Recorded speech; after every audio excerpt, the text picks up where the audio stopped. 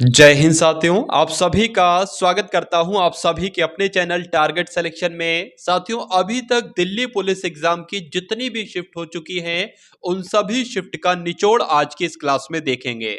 साथियों, जो क्वेश्चंस आपसे पूछे जा चुके हैं वो तो अब दोबारा बहुत कम चांसेस हैं कि पूछे जाएं, लेकिन उन प्रश्नों से संबंधित जो प्रश्न बनते हैं वो आपसे जरूर पूछे जा रहे हैं। तो अगर आपकी साथियों परीक्षा नहीं हुई है तो इन चुनिंदा क्वेश्चंस को देख कर जाइएगा, आपको कई सारे क्वेश्चंस आपको अपनी रियल एग्जाम में देखने को मिलेंगे। तो पहला प्रश्न आपकी स्क्रीन पर है कि फेसबुक के संस्थापक साथियों कौन है। तो मार्क जुकरबर्ग साथियों कौन है, ये फेसबुक के ही संस्थापक हैं। आंसर आपका जाएगा ऑप्शन नंबर बी के साथ। अब बात करते हैं साथियों यहां पर हम लोग के फेसबुक के संस्थापक कौन है। मैं आपको बता चुका हूं मार्क जुकरबर्ग हैं, लेकिन उसके अलावा आपको ध्यान रखना है, आपसे पूछा जाएगा एग्जाम में कि माइक्रोसॉफ्ट के संस्थापक कौन है, तो बिल गेट्स हैं। आपसे पूछा जाएगा कि वर्ल्ड वाइड वेब का आविष्कार किसने किया, तो टिम बर्नर्स ली ने किया। उसके बाद देखिए साथियों कि कोलेरू झील किस भारतीय राज्य में स्थित है, आपसे पूछा जा रहा है। तो कहां पर स्थित है साथियों, आंध्र प्रदेश में स्थित है, इसलिए आंसर आपका जाएगा ऑप्शन नंबर सी के साथ। और जिनका आंसर यहां पर सी है तो बिल्कुल करेक्ट है।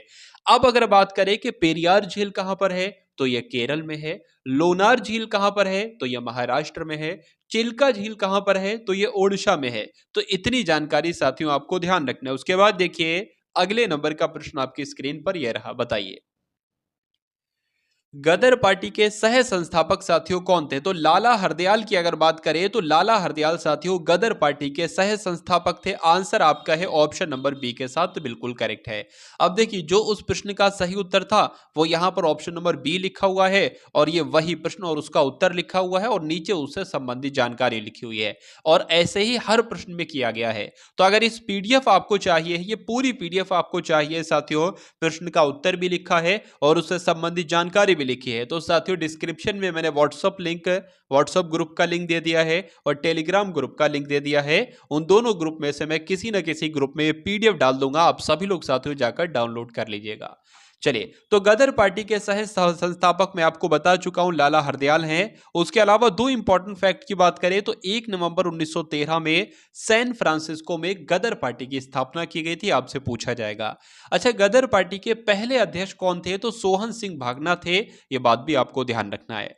उसके बाद देखिए अगले नंबर का प्रश्न आपकी स्क्रीन पर है कि भारतीय राष्ट्रीय कांग्रेस का पहला अधिवेशन साथियों कब आयोजित किया गया था। तो कब आयोजित किया गया था, दिसंबर 1885 में आयोजित किया गया था, ये आपको ध्यान रखना है। अगर बात करें कि साथियों ये वाला पॉइंट तो हम लोग देख चुके हैं, पहला वाला कि भारतीय राष्ट्रीय कांग्रेस का पहला अधिवेशन कहां पर आयोजित किया गया, तो दिसंबर 1885 में आयोजित किया गया। अगर बात करें कहां पर आयोजित किया गया, तो बंबई में आयोजित किया गया, बंबई के गोकुलदास तेजपाल संस्कृत महाविद्यालय में। उसके बाद अगर बात करें कांग्रेस के प्रथम अधिवेशन की अध्यक्षता किसने की थी, तो व्योमेश चंद्र बनर्जी ने की थी। भारतीय अंतरिक्ष अनुसंधान समिति का गठन साथियों कब किया गया, यह आपसे पूछा जा रहा है। तो आपको यहां पर ध्यान रखना है 1962 में इसका गठन किया गया, इसलिए आंसर आपका जाएगा ऑप्शन नंबर बी के साथ। अगर बात करें साथियों भारतीय अंतरिक्ष कार्यक्रम की शुरुआत कब की गई, तो वही नवंबर 1963 में की गई इसकी शुरुआत। और कहां पर की गई, तो तिरुवनंतपुरम में स्थित मैरी मैगडेलन चर्च के एक कमरे में साथियों इसकी शुरुआत की गई। उसके बाद देखिए साथियों कि भारतीय अंतरिक्ष कार्यक्रम के जनक किसे कहा जाता है, तो डॉक्टर विक्रम साराभाई को कहा जाता है। भारतीय अंतरिक्ष अनुसंधान संगठन यानी कि इसरो की स्थापना कब की गई, तो 15 अगस्त 1969 को इसकी स्थापना की गई, ये बात भी आपको ध्यान रखना है। उसके बाद देखिए साथियों राज्यसभा में कितने सदस्य होते हैं, आपसे पूछा जा रहा है। देखिए यहां पर ऑप्शन के हिसाब से आंसर देंगे तो कितने सदस्य होते हैं, 250 आपका यहां पर राइट आंसर हो जाएगा। राज्यसभा में वर्तमान में कितने सदस्य हैं, तो 245 हैं। और राज्यसभा कैसा ये सदन है, तो संसद का ये एक उच्च सदन है। और निम्न सदन कौन सा है, लोकसभा है। राज्यसभा का गठन कौन से अनुच्छेद के अंतर्गत है साथियों, तो अनुच्छेद 80 के अंतर्गत है। और राज्यसभा का गठन कब किया गया, अगर ये क्वेश्चन एग्जाम में पूछ लिया जाए तो 1952 में किया गया।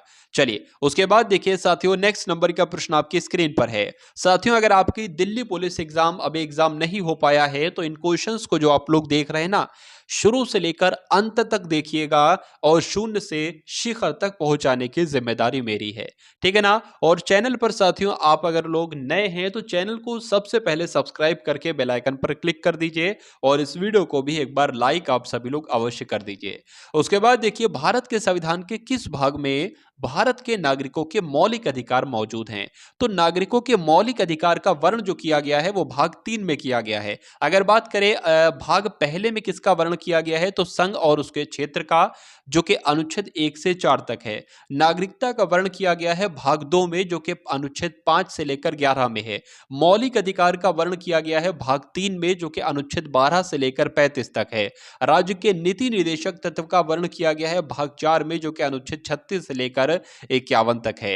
भारत रत्न का प्रावधान साथियों कब से शुरू किया गया, यह आपसे पूछा जा रहा है साथियों। बताने की कोशिश करेंगे कि राइट आंसर आपका क्या होगा।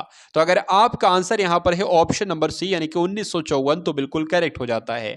अब अगर बात करें भारत रत्न पुरस्कार को 1978 में जनता दल सरकार ने बंद कर दिया था, यह बात भी आपको ध्यान रखना है। और उसके बाद 1980 में कांग्रेस सरकार ने इसे दोबारा से प्रारंभ किया। भारत रत्न पुरस्कार सबसे पहले किसको दिया गया तो सर्वपल्ली राधाकृष्णन को दिया गया, चक्रवर्ती राजगोपालाचारी को दिया गया और सीवी रमन को दिया गया। ये 3 नाम आपको जरूर ध्यान रखना है। उसके बाद देखिए अगले नंबर का प्रश्न आपकी स्क्रीन पर है कि सरदार सरोवर बांध ये किस नदी पर है, बताइए। तो किस नदी पर है साथियों, ये नर्मदा नदी पर है। आपका आंसर अगर है ऑप्शन नंबर ए के साथ तो बिल्कुल करेक्ट है। अब अगर बात करें यहां पर नर्मदा नदी साथियों अमरकंटक की पहाड़ियों से निकलती है, बात आपको ध्यान रखना है। नर्मदा नदी को मध्य प्रदेश का जीवन रेखा कहा जाता है। पूछा जाएगा मध्य प्रदेश की जीवन रेखा किस नदी को कहा जाता है तो नर्मदा नदी को कहा जाता है। उसके अलावा आपको ध्यान रखना है कि बगलिहार प्रोजेक्ट जो है ना ये किस नदी पर स्थित है तो चिनाब नदी पर स्थित है साथियों। उसके बाद देखिए यूआरएल की फुल फॉर्म आपसे पूछी जा रही है। तो कंप्यूटर के भी साथियों कई सारे क्वेश्चंस आपसे पूछे जाएंगे, 10 क्वेश्चन कुल मिला के पूछे जाएंगे। तो यहां पर अगर बात करें यूनिफॉर्म रिसोर्स लोकेटर होती है यूआरएल की फुल फॉर्म। अब अगर बात करें साथियों यहां पर आपसे यूपीएस की फुल फॉर्म पूछ ली जाए तो यूनिवर्सल प्रोडक्ट कोड होती है। यूपीएस की फुल फॉर्म पूछ ली जाए तो साथियों अनइंटरप्टेड पावर सप्लाई होती है। और यूएसबी की फुल फॉर्म आपसे पूछ ली जाए तो यूनिवर्सल सीरियल बस होती है। उसके बाद देखिए साथियों कि भारतीय संविधान में पहला संशोधन कब किया गया था। तो पहले संशोधन की जब हम बात करते हैं तो 1951 में किया गया था, यह बात आपको ध्यान रखना है। अगर बात करें कि प्रथम संविधान संशोधन के द्वारा संविधान में कौन सी अनुसूची जोड़ी गई थी तो नवीं अनुसूची जोड़ी गई थी। अच्छा, संविधान में संशोधन करता कौन है तो यह संसद के द्वारा किया जाता है, यह बात भी आपको ध्यान रखना है। कि अगर बात करें नव कलेवर उत्सव साथियों किस राज्य में मनाया जाता है, आपसे पूछा जा रहा है। तो किस राज्य में मनाया जाता है, ओडिशा में मनाया जाता है। आंसर आपका जाएगा ऑप्शन नंबर बी के साथ। गांधी सागर बांध ये किस राज्य में स्थित है, अभी आपसे पूछा जा रहा है। तो गांधी सागर बांध साथियों मध्य प्रदेश में स्थित है। आंसर आपको ध्यान रखना है, मध्य प्रदेश हो जाएगा। अब उसके बाद अगर बात करें गांधी सागर बांध मध्य प्रदेश राज्य में स्थित है, मैं आपको बता चुका हूं।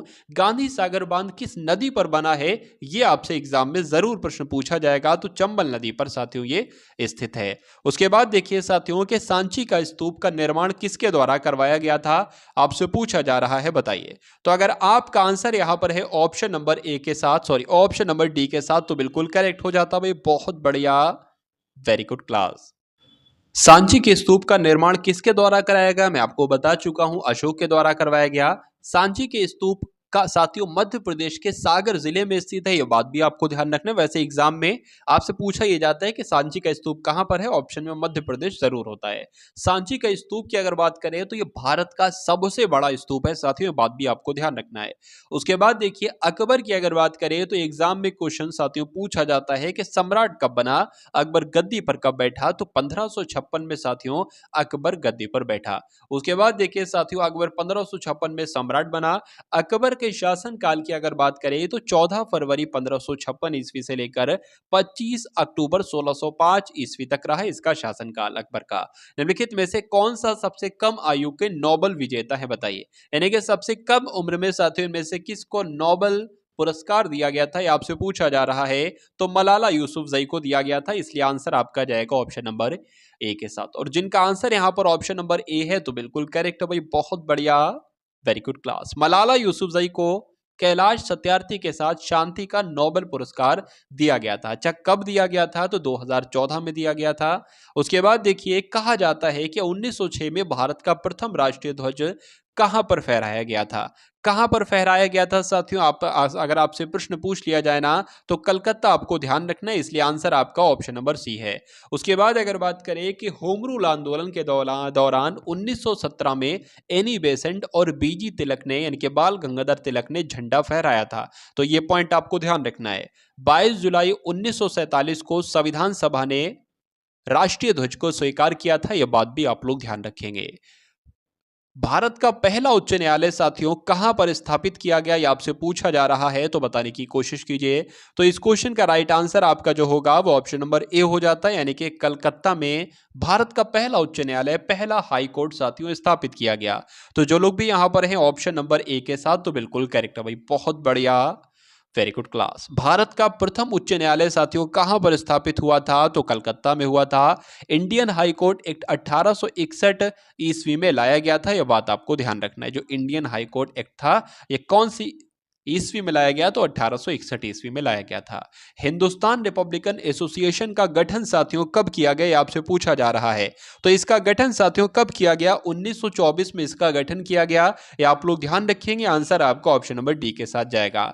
उसके बाद देखिए, हिंदुस्तान रिपब्लिकन एसोसिएशन का गठन तो 1924 में किया गया, लेकिन इसकी स्थापना कहां की गई, यानी कि गठन इसका कहां पर किया गया? तो कानपुर में इसका गठन किया गया, यह पॉइंट भी आप लोग ध्यान रखेंगे। उसके बाद देखिए, अगले नंबर का प्रश्न आपकी स्क्रीन पर है कि प्रथम पंचवर्षीय योजना का मुख्य ध्यान सेवा क्षेत्र पर था, कृषि क्षेत्र पर था, औद्योगिक क्षेत्र पर था, या कृषि और औद्योगिक दोनों क्षेत्र पर था? बताने की कोशिश कीजिए साथियों। जो पहली पंचवर्षीय योजना थी ना, इसका ध्यान कृषि क्षेत्र पर था, यह आपको मालूम होना चाहिए, एग्जाम में बहुत पूछा जाता है। तो जिनका आंसर यहां पर है ऑप्शन नंबर बी के साथ, तो बिल्कुल करेक्ट भाई, बहुत बढ़िया, वेरी गुड क्लास। चलिए, अगर बात करें प्रथम पंचवर्षीय योजना का कार्यकाल क्या था, तो 1 अप्रैल 1951 से लेकर 31 मार्च 1956 तक था। प्रथम पंचवर्षीय योजना किस मॉडल पर आधारित थी? तो हेरोल्ड डोमर मॉडल पर आधारित थी, यह भी आपको ध्यान रखना है। चलिए, उसके बाद देख लीजिए साथियों, अगले नंबर का प्रश्न आपकी स्क्रीन पर है, बताने की कोशिश कीजिए। और ये क्वेश्चन साथियों आप सभी के लिए होमवर्क के लिए रहा। इसका राइट आंसर आपको बताना है कमेंट सेक्शन में कि साइमन कमीशन कब भारत आया। तो यहां पर साथियों लगभग 20 क्वेश्चंस हमने देखे, और हर एक क्वेश्चन से संबंधित 2 इंपॉर्टेंट फैक्ट हम लोगों ने देखे। तो लगभग साथियों ये 60 क्वेश्चंस के आसपास हम लोगों ने आज की इस वीडियो में यहां पर देखे। साथियों, अगर आपकी दिल्ली पुलिस एग्जाम की अभी शिफ्ट नहीं हुई है, तो मैंने आप सभी के लिए एक प्लेलिस्ट तैयार की है। उस प्लेलिस्ट में लगभग 16 से 17 क्लासेस मैंने आपके लिए तैयार की हैं, और हर एक क्लास लगभग 10-10 मिनट की है। डबल स्पीड में जाकर साथियों एग्जाम से पहले उस क्लास को अवश्य देखेंगे, और उस पूरी प्लेलिस्ट को अगर देखकर चले जाते हैं तो बहुत अच्छा स्कोर आपका साथियों रहेगा सामान्य ज्ञान के सेक्शन में।